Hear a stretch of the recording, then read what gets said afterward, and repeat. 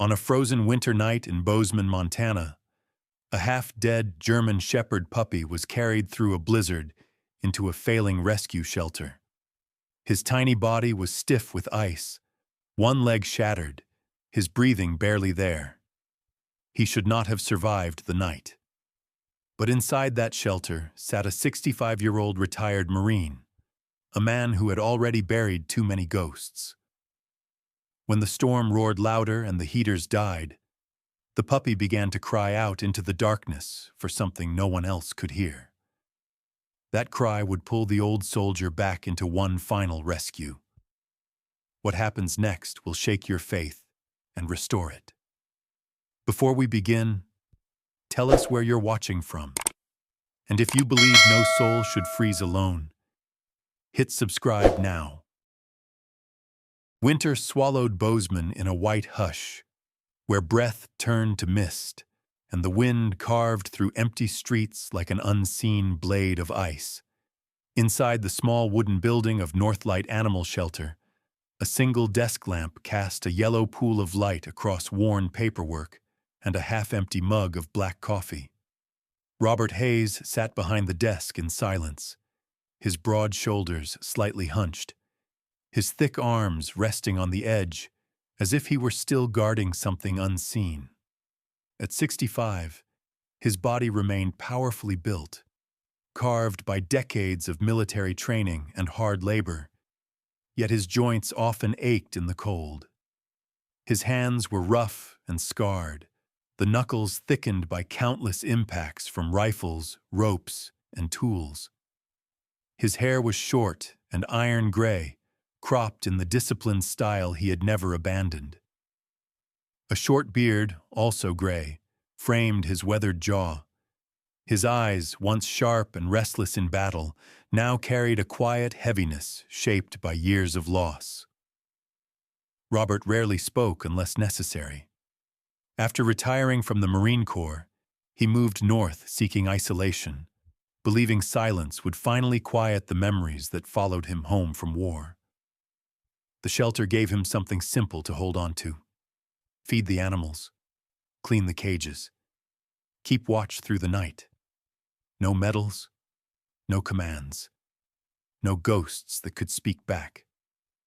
The storm worsened just after midnight. Snow beat against the windows with rising force.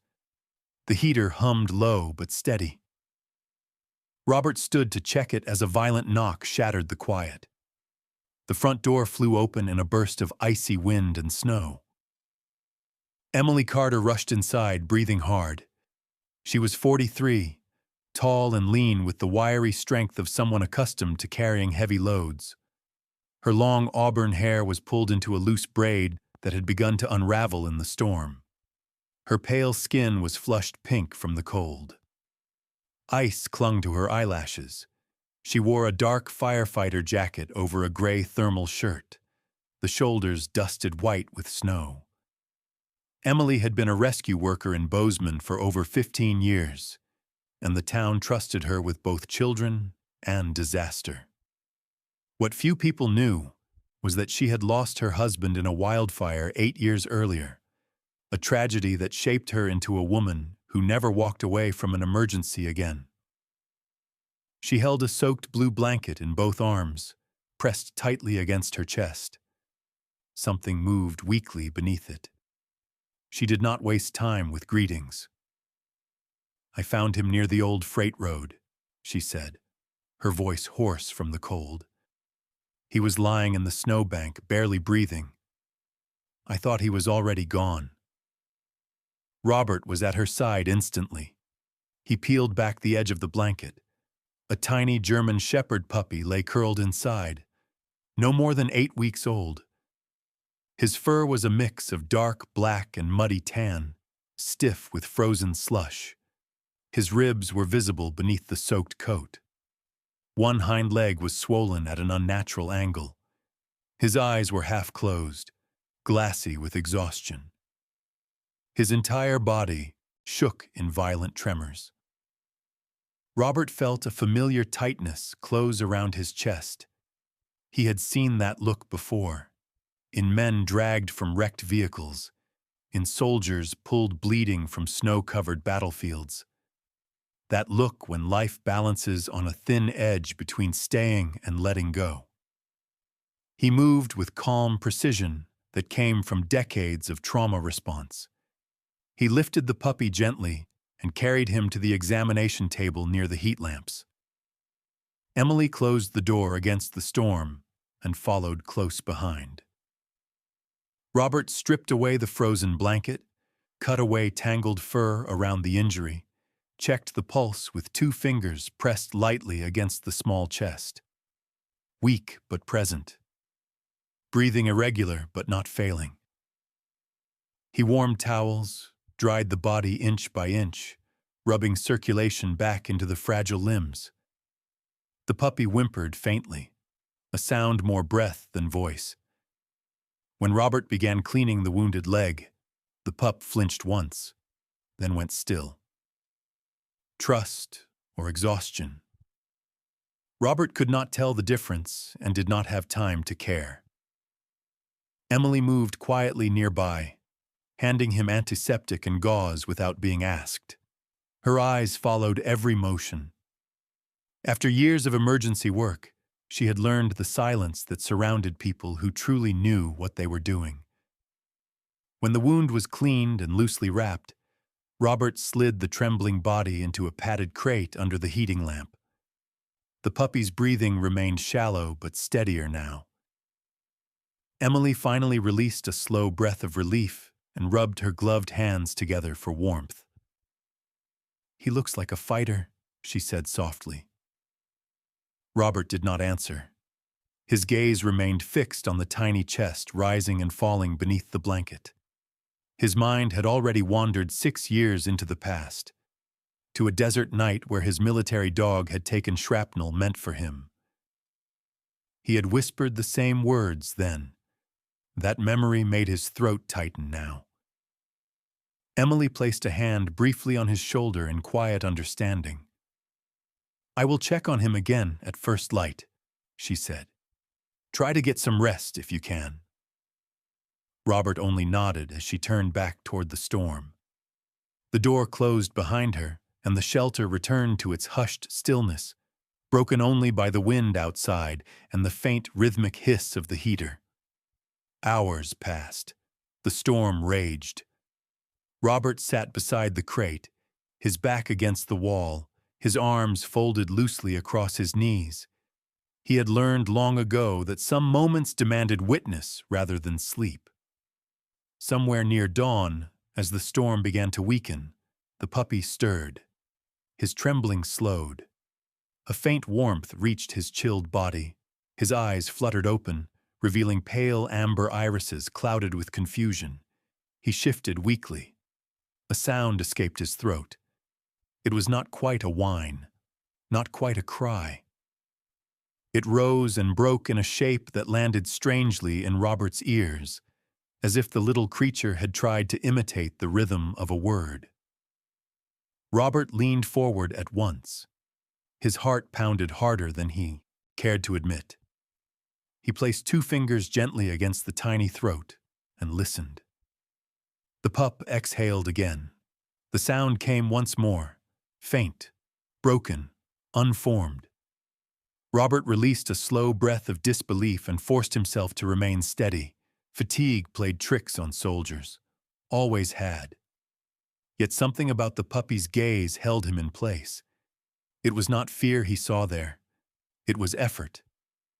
By the time full daylight crept through the frost-coated windows, the puppy was breathing more evenly. Color had returned to his gums. Robert rose stiffly from the floor and stretched his aching back. He brewed fresh coffee but barely tasted it. When the front door opened again, Emily returned with a paper bag of breakfast and fresh bandages. Margaret, the elderly volunteer, arrived soon after, with her crooked smile and lavender-scented scarf. Both women stopped short when they saw the puppy alert beneath the heating lamp. "He made it," Margaret whispered in wonder. Robert finally allowed himself to speak. "For now," he said. Emily crouched beside the crate and studied the puppy closely. His ears twitched at the sound of her voice. She smiled. "What are you going to call him?" Robert hesitated. Names carried weight. He had not named a dog since the desert. He studied the small face, the stubborn spark behind the tired eyes. "Ben," he said at last. Simple. Strong. The puppy shifted faintly and rested his chin against the edge of the bedding. Robert watched him in silence. For the first time in years, the long, empty room inside his chest did not feel quite as hollow. He did not yet know this small survivor would soon pull him back into the world of rescue and purpose and quiet miracles. In that first fragile morning, all he knew was that something had been returned to him in the heart of a winter storm. Something he had believed was lost for good. Morning settled quietly over Bozeman, with a pale winter sun filtered through drifting clouds. Inside Northlight Shelter, the air tasted faintly of disinfectant, warm metal, and damp fur. Ben did not move much that first day. His small body lay curled beneath the heat lamp, wrapped in layered towels, his breathing shallow but steady. Robert Hayes checked his pulse every 15 minutes with the same calm discipline he had once used to monitor wounded Marines. The puppy's heart was weak yet stubborn. Each beat felt like a promise that refused to fade. That first week passed slowly, measured in small victories that only someone who had watched death closely could understand. Ben could not stand. He could barely lift his head. Robert fed him through a syringe every few hours, warm formula dripping slowly into his mouth. Sometimes the pup swallowed. Sometimes the liquid ran back out, soaking the towel. Robert never showed frustration. He cleaned, adjusted, tried again. His movements were deliberate, his eyes patient. The shelter was quiet during the daytime hours, populated mostly by rescued cats and a few elderly dogs. Margaret moved gently through the halls with her soft footsteps and comforting murmur. Each time she checked on Ben, she whispered words of encouragement, as if speaking to a fragile child. Robert spent most of his time seated beside the crate. His body rested against the wall, arms loosely crossed, eyes rarely leaving the small form beneath the blankets. At night, he still did not sleep. When sleep came at all, it arrived in short fragments between feedings. Memories stirred in the quiet. The desert came back in pieces. Sand driven into open wounds by rotor wash. The weight of his military dog collapsing against his leg as blood soaked the dust. He had told himself for years that he no longer felt pain the way he used to. Ben's shallow breathing proved him wrong. By the end of the first week, Ben lifted his head for the first time without trembling. His pale amber eyes focused more clearly now, following movement in the room. He could not control his body yet, but he could see. When Robert spoke to him, low and steady, Ben's ears twitched faintly, as if the sound stirred something familiar. One evening, Robert leaned close and said quietly, "You are still here, soldier." Ben's throat tightened, and a tiny sound escaped him, not quite a bark and not quite a whimper. Robert froze for a moment, then resumed feeding as if nothing had happened, though his heart beat harder than before. The second week brought greater change. Ben began to push himself up on his front legs. At first, he only managed an inch off the floor before collapsing again. His muscles trembled violently with the effort. Robert supported him with one hand beneath the chest, easing him down when the strength failed. The swollen hind leg remained wrapped in layers of bandage, but the redness had begun to fade. Infection had not set in. The wound was clean. That alone felt like a victory. Emily Carter returned most afternoons after working her rescue shifts. She brought supplies, food, and quiet company. In the daylight, she looked different from the storm-soaked figure who had burst through the shelter door that first night. Her auburn hair, when dry, fell in loose waves over her shoulders. Her face carried the faint lines of a woman who smiled often but slept lightly.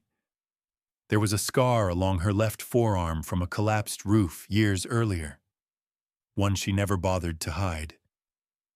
She spoke little about herself, but Robert sensed the steadiness beneath her movements, the same steadiness he recognized in those who had learned to live beside loss without letting it destroy them. She often knelt beside Ben's crate and spoke to him, as she would to a frightened animal rescued from burning wreckage. "Easy now, little one. Stay with us." Ben's eyes would follow her. His ears would angle toward the sound of her voice. Sometimes, when she paused between sentences, he made a faint sound in response, as if trying to fill the silence.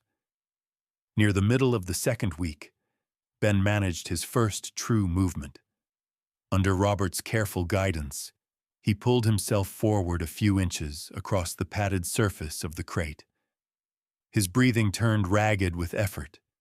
His forepaws scrabbled awkwardly at the blanket.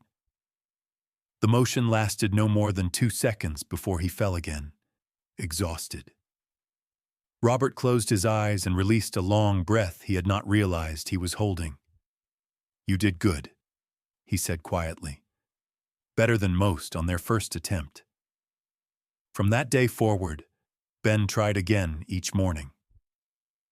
Each attempt carried him a little farther.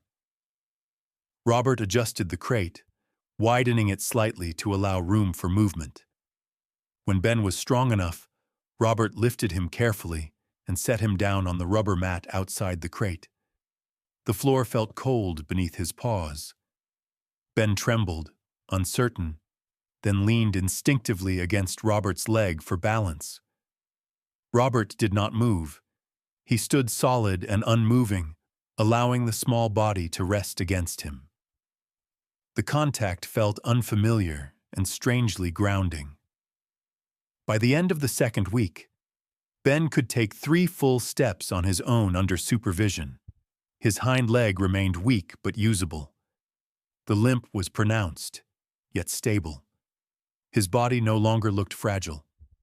The ribs were less visible now, hidden beneath a thin new layer of muscle. His coat began to regain its natural sheen. Robert started to believe the worst was behind them. The third week tested both of them. Strength returned faster than balance. Ben grew frustrated with his own limitations. When he fell, he struggled to rise again. Tiny growls escaped his throat, not in anger, but in determination.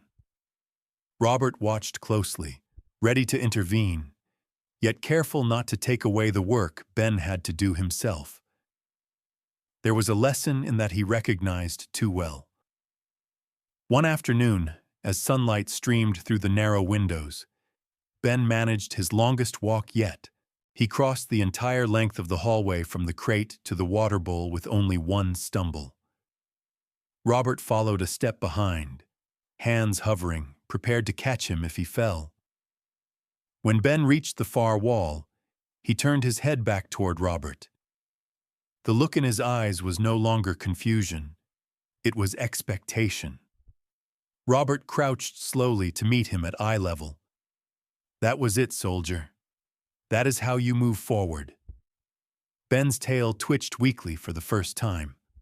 A strange sound rose from his chest, soft and uneven, carrying the rhythm of Robert's voice without the shape of words. The sound struck Robert deeper than he expected. For a moment, he felt the unfamiliar warmth of pride. By the final days of the third week, Ben could walk short distances without support. The limp remained, but it no longer threatened his balance. The wound had sealed cleanly, leaving behind only a narrow scar beneath the fur. Ben grew more alert with each day. He responded to sound. He watched people with intent rather than fear. He followed Robert whenever the man moved through the shelter. his uneven steps echoing behind him like a quiet promise. At night, when the shelter settled into darkness, Robert lay on the floor beside Ben's bedding. He spoke quietly, not to teach commands, not to train, but to fill the space between them with something steady. He spoke of the mountains, of the rhythm of patrols long past, of silence and survival. Ben listened without judgment. When Robert paused, Ben answered with those faint, unexplained sounds that mirrored the rise and fall of Robert's voice. It was not language, it was recognition. By the end of the third week, Robert no longer saw Ben as a patient clinging to life.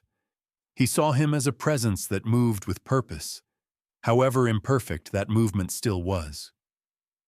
And in the quiet hours between feedings and bandage changes, Robert became aware of something shifting within himself. The memories still came. The weight of loss had not vanished. But beside the steady breathing of this stubborn young dog, the memories lost their sharpest edges. Ben had learned to stand. Robert, without realizing it, had begun to stand with him again. The storm returned without warning late on the fourth weekend, rolling down from the mountains with bruised clouds and a wind that carried needles of ice instead of snowflakes.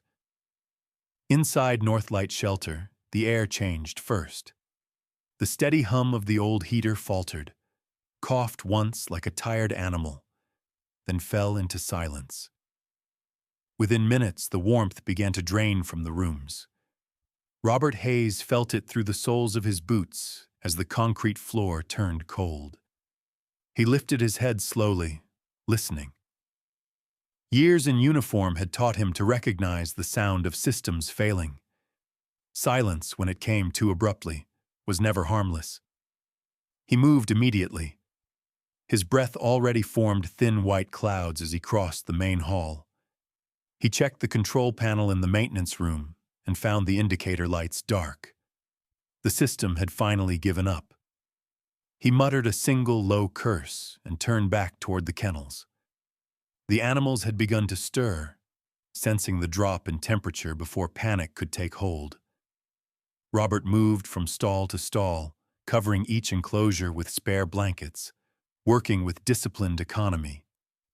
His hands moved fast, but his voice stayed low and steady as he spoke reassurance to the dogs and cats who shivered beneath thin fur. When he reached Ben's bedding near the back corridor, the puppy was already awake. Ben stood on unsteady legs, his ears lifted high, his head tilted toward the closed back door. His coat, now thicker and cleaner after weeks of care, bristled lightly along the spine. He did not whine at first. He only listened. Robert noticed the tension in his posture. It was the same posture he had seen in working dogs before an alarm. Something outside had caught the pup's attention long before Robert was aware of it. The wind howled against the wooden walls. Ben took 2 short steps forward, then stopped again, his nose lifted toward the door seam. A faint sound escaped his throat, low and questioning. Robert reached for him, intending to lift him away from the draft, but the sound changed. The question turned into urgency. Ben pawed lightly at the door, then again, harder this time. His breathing quickened. His tail did not wag. He was not frightened. He was focused. Robert straightened slowly. The old instinct stirred inside him. He could not explain it. The shelter was already in a fragile state with the heat gone. Opening the door would only bring more cold inside. Yet something in the pup's persistence cut through logic. Robert pulled on his heavy coat, slipping his gloved hands inside the sleeves with one practiced motion. He clipped a laid onto Ben's collar, not to restrain him, but to keep from losing him in the storm. When he opened the back door, the night roared in. Snow lashed against his face. The beam of his flashlight cut narrow tunnels through the white chaos. Ben surged forward at once, his small body leaning hard into the wind. The lead went taut. Robert followed, boots sinking deep into the drifted snow with each step. Ben did not hesitate. He pulled them along the length of the rear fence, his movements confident despite the uneven ground. The storm swallowed sound. Only the tug on the lid told Robert where the pup had gone. They reached the far corner of the yard, where the metal fence met the stone retaining wall. Ben stopped abruptly and began to circle, sniffing low and fast. Robert swung the beam downward. At first, he saw only snow piled in unnatural shapes against the wall. Then the shape shuddered. A faint tremor rippled beneath the drifts. Robert dropped to one knee at once and brushed away the snow with his gloved hands. A foal lay trapped beneath the crushed weight of the storm. It could not have been more than a few weeks old. Its coat was pale chestnut, dulled to gray by ice. One slender leg was tangled in broken wire at the base of the fence. Its sides moved in weak, shallow pulls. Its eyes were open but unfocused, the whites showing through terror and exhaustion. Frost clung to its lashes. It made no sound at all. Robert did not think. He never did in moments like this. He cut the wire with the tool he carried automatically on his belt, working fast despite fingers already numbing. He slid both arms beneath the trembling body and lifted. The foal was lighter than he had expected and far more fragile than it looked. Ben circled close, his nose touching the foal's flank, his breath fogging against its icy coat. He whined softly, a low rhythmic sound that rose and fell like encouragement. Robert staggered once under the shifting weight and regained his footing. He turned back toward the shelter in a half-run, the foal cradled against his chest, Ben trotting alongside with the lead slack now between them. By the time he reached the door, his lungs burned and his shoulders ached with familiar strain. Inside, the air was only marginally warmer than outside, but it was shelter. He lowered the foal onto a thick pile of blankets beneath the emergency propane heater he had managed to light earlier for the smallest animals. He stripped off his own coat and draped it over the trembling body without hesitation. Steam rose faintly from wet fur. He rubbed the foal's legs with firm, steady strokes, forcing the blood back into chilled muscle. Ben stayed close, his nose touching the foal's neck again and again, his strange, half-formed sounds vibrating low in his throat, as if he were speaking without words. Minutes stretched into an hour. The shelter groaned as the storm battered the roof. The animals watched in wary silence. Robert kept his hands moving without rest. He counted the shallow breaths. He whispered commands under his breath, not to the foal, but to himself. Stay. Breathe. Stay. At last, the foal shuddered and drew a deeper breath. Its ears twitched. Its legs kicked once weakly beneath the blankets. Robert sagged backward against the wall and closed his eyes for a single moment. Relief moved through him with the same heavy force as exhaustion. He reached for the radio mounted near the supply shelf and called for assistance. Within minutes, a reply crackled through the static. Sarah Kincaid answered.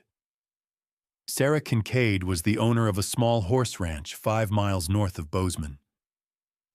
She was in her early 50s, her height compact, but powerfully built from years of managing livestock in rugged country. Her hair, once blonde, had faded to pale silver and was always tied back in a practical knot beneath a wool cap. Her face was broad and strongly lined from wind and sun, her eyes clear and unflinching. She rarely showed emotion in front of strangers. Years earlier, a winter landslide had taken her husband and 2 workers in a single morning. Since then, she had learned to speak plainly and act fast. She arrived within 20 minutes, her truck cutting through the storm with tires chained and engine roaring. Together, she and Robert lifted the foal with careful coordination. Sarah checked its limbs with quick, expert hands and nodded once. Alive. Weak, but alive. She looked at Ben briefly, then back at Robert. "You found this with that dog?" her voice asked, though it hardly sounded like a question. Robert nodded. Ben sat beside him, trembling now, not with cold, but with aftershock. Sarah wrapped the foal in thermal blankets and secured it in the bed of her truck. "I will keep her warm. I will bring her back when she can walk," Sarah said. She paused, studying Robert with eyes that had seen too many storms to waste time on wonder. "You did good work tonight, Marine." The words struck deeper than he expected. When the truck disappeared into the snow, the shelter fell quiet again. The storm began to weaken. Robert sat on the floor beside Ben's bedding, his back against the wall. Ben crept closer and rested his head against Robert's knee. A soft, breathy sound escaped his throat, almost content. Robert placed a hand on the warm curve of the small skull and exhaled slowly. The heat did not return that night, but the cold was no longer the only thing moving through the shelter. Morning came slowly to Bozeman after the storm, pale light sliding over roofs still bent beneath snow. Northlight Shelter stood quiet at first, its windows fogged from the lingering cold inside. Robert Hayes had not gone home. He sat on a folding chair near the kennels, wrapped in a wool blanket someone had draped over his shoulders during the night. Ben slept at his feet, curled into a tight circle, one paw twitching occasionally, as if still running through snowdrifts. The silence after crisis always felt strange to Robert. It was the same silence that followed firefights long ago, the kind that carried both relief and uncertainty. By mid-morning, the first truck arrived, then another, and another. News traveled fast in small mountain towns, especially when fear and wonder mixed together. Someone must have spoken about the puppy that would not stop calling for help. People came carrying what they could. Old quilts patched with decades of use, bags of dog food, canned soup, envelopes with folded bills tucked inside. No one made a show of it. They left the items by the door, touched Ben gently when he lifted his head, nodded once to Robert, then stepped back out into the cold. Robert accepted it all with quiet restraint. When someone called Ben a hero, he shook his head. When others praised him, he deflected their words with a soft thank you and nothing more. He had worn medals once. He had learned long ago that admiration was loud, brief, and often followed by silence. Yet this felt different. It did not carry the weight of command or expectation. It felt like gratitude without a price. Near noon, a familiar truck pulled into the parking strip beside the shelter. Emily Carter stepped out with 2 thermoses in her gloved hands. She was in her late 40s, tall with a lean build shaped by years of emergency work, her shoulders narrow but strong. Her dark brown hair was streaked with silver and pulled into a low, practical ponytail beneath her knit cap. Wind and sun had left her skin weathered but warm in color, and her eyes carried the steady calm of someone who had seen both fire and loss too many times to flinch easily. Her husband had died 8 years before during a structure collapse on a winter call. Since then, she had never truly left emergency work. If she could not run into burning buildings anymore, she found her place among those who still needed help after the sirens faded. She handed Robert a cup of coffee without asking. He took it with a nod. Neither of them spoke at first. They watched Ben lift his head, yawn widely, then settle again with his chin resting on his paws. Emily smiled faintly. "He looks stronger today." Robert answered with a quiet, "Yes, nothing more was needed." The afternoon brought the veterinarian. William Brooks arrived in a mud-splattered sedan with the emblem of his small clinic still half buried beneath dried snow. He was in his early 60s, tall and thin with long hands and a spine that curved slightly forward, from decades of leaning over exam tables. His hair had once been jet black and now fell in unruly silver waves around his temples. He wore wire-frame glasses that slipped constantly down his nose and carried a voice that never needed to rise to command attention. His wife's death from cancer 5 years earlier had hollowed him in subtle ways. Since then, he had thrown himself into work with animals with a devotion some called admirable and others quietly pitied. William knelt carefully beside Ben and examined the healed leg with practiced precision. He pressed gently along the muscle, bent the joint, tested the reflex. Ben whined once but did not pull away. Good recovery for a pup that should not have lived past the first night, William murmured. Robert watched every movement closely. When William stood, he removed his glasses and cleaned them on his coat. "You have something special here. Not just a strong dog, a focused one. The way he watches you. That kind of attention cannot be taught easily." William then spoke of the mountain search teams, of lost hikers, of winter storms that swallowed entire trails without leaving footprints behind. He explained how certain dogs were trained to move through snow and silence guided by scent alone. He did not push the idea. He only laid it gently between them like a piece of quiet future. Robert did not answer at once. His gaze had drifted to Ben, who at that moment struggled up onto all fours and took several slow, determined steps toward him. The old soldier felt the familiar tightening in his chest that came whenever memory and choice collided. He did not refuse. He did not agree. He only nodded. As the days passed, the shelter changed. The storm had stripped away the usual isolation. Neighbors returned again and again. A retired schoolteacher arrived each morning with warm bread. A local mechanic repaired the heater at no charge. Children left hand-drawn pictures taped to the wall of Ben standing alert beside a snowdrift. Robert cleaned kennels, sorted supplies, and spoke more than he had in years. Still not much, but more than silence. Ben grew stronger with each dawn. His gait steadied. His limp faded into a faint reminder rather than a weakness.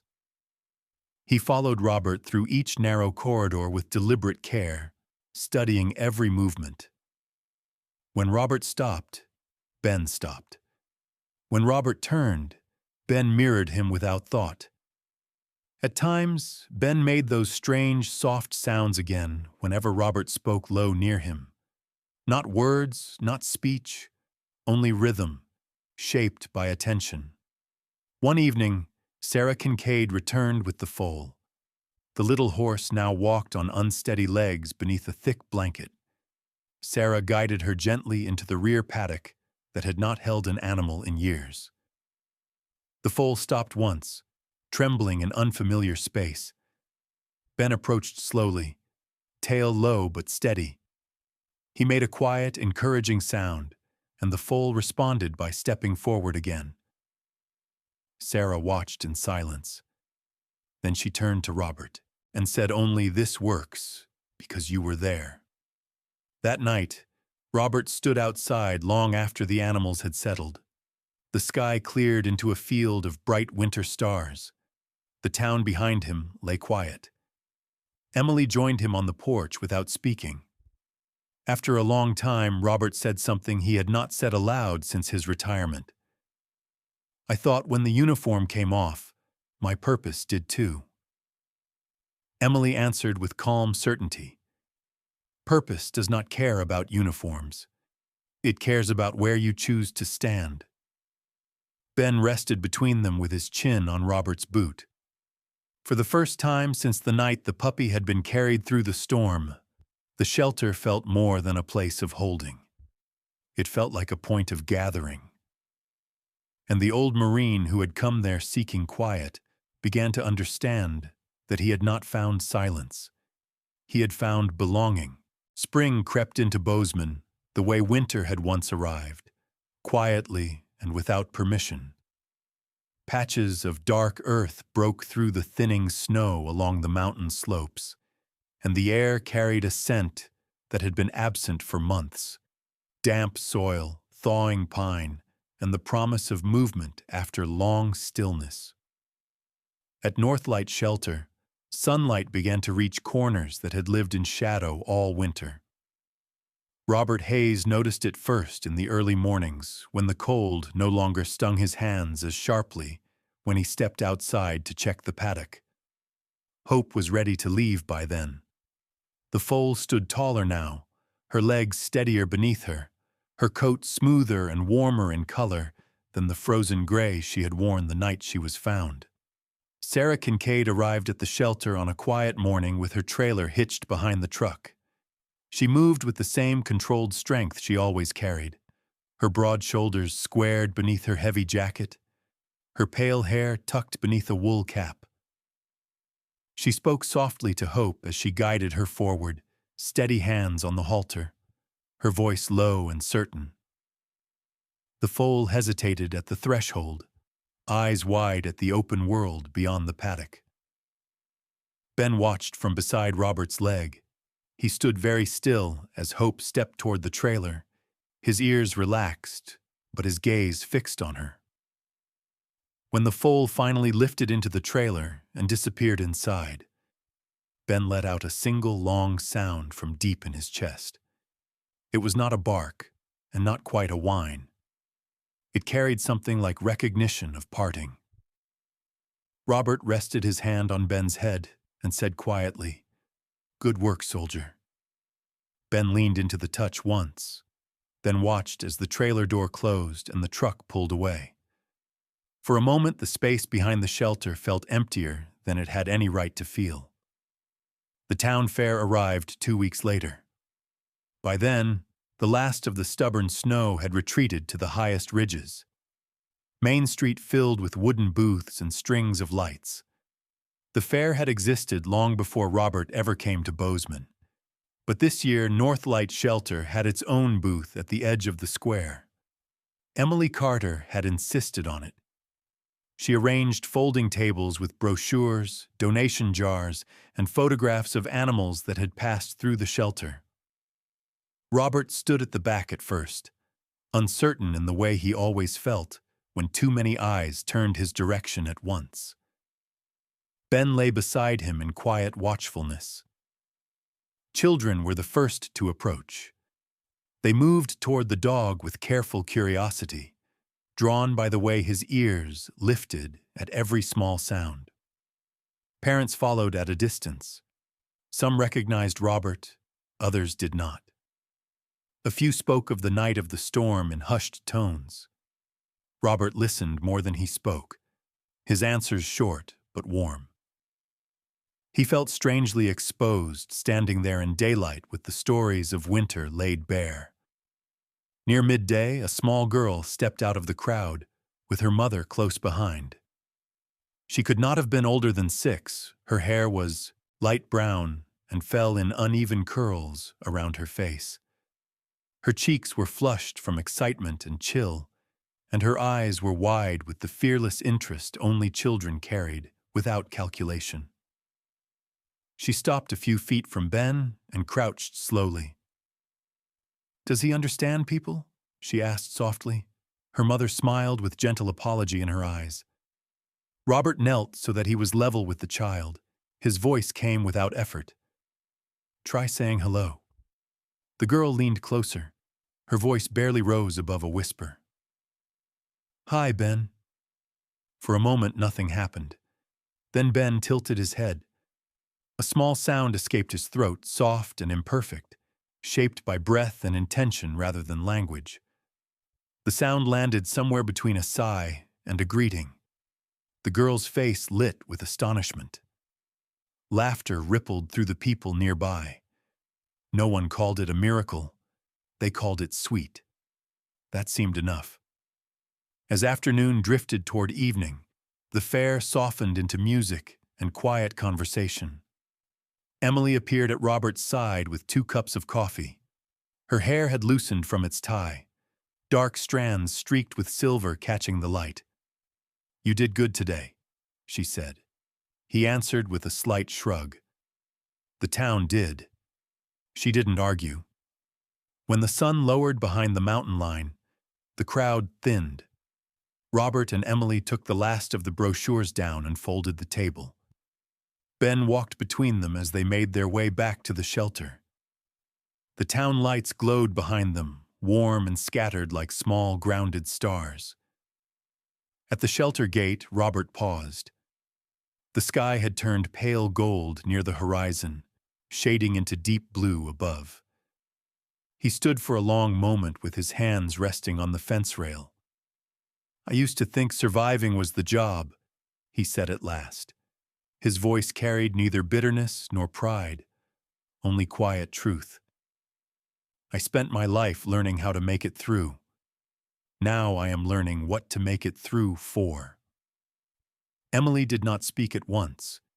She had learned long ago not to rush honesty when it finally found its way out. Ben settled at Robert's feet and released a low, steady breath. Emily looked at both of them and replied calmly, "Then you found the harder mission." They went inside as the sky darkened. The shelter had returned to its familiar night rhythm. Soft animal sounds filled the rooms. Robert moved through the corridors, checking locks out of habit. Ben followed close behind, his steps quiet and assured. In the far paddock, the space where Hope had stood lay empty, but it did not feel hollow anymore. Later, after the last light had been switched off, Robert sat alone at the back desk with a single lamp glowing over the papers. Ben lay nearby, his body stretched along the floor, his breathing slow and even. Outside, the last traces of winter melted into the ground without ceremony. Robert rested his hand near Ben's warm back. In the silence, he realized he no longer listened for echoes of what he had lost. He listened for the steady proof of what remained. For the first time in many years, the night passed without weight. Sometimes, the world does not change through thunder or fire. Sometimes it changes through a trembling puppy in the snow, a tired old soldier who chooses to kneel instead of walk away, and a moment of courage so small that most people might miss it. But God never misses these moments.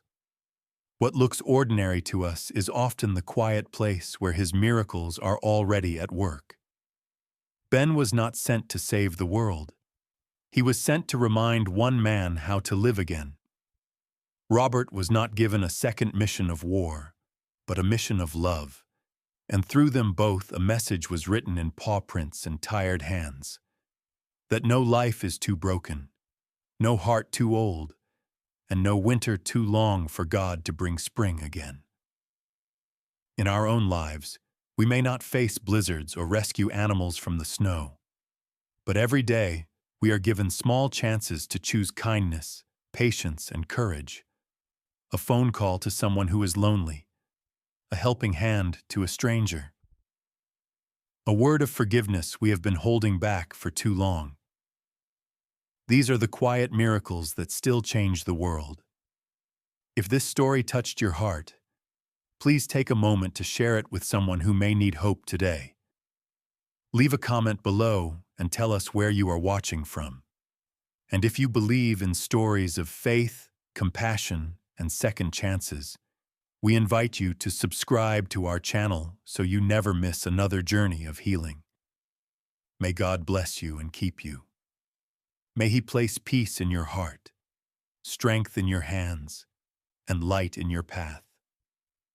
And may you always recognize the small miracles He sends into your life, sometimes on 4 paws, sometimes through another human soul.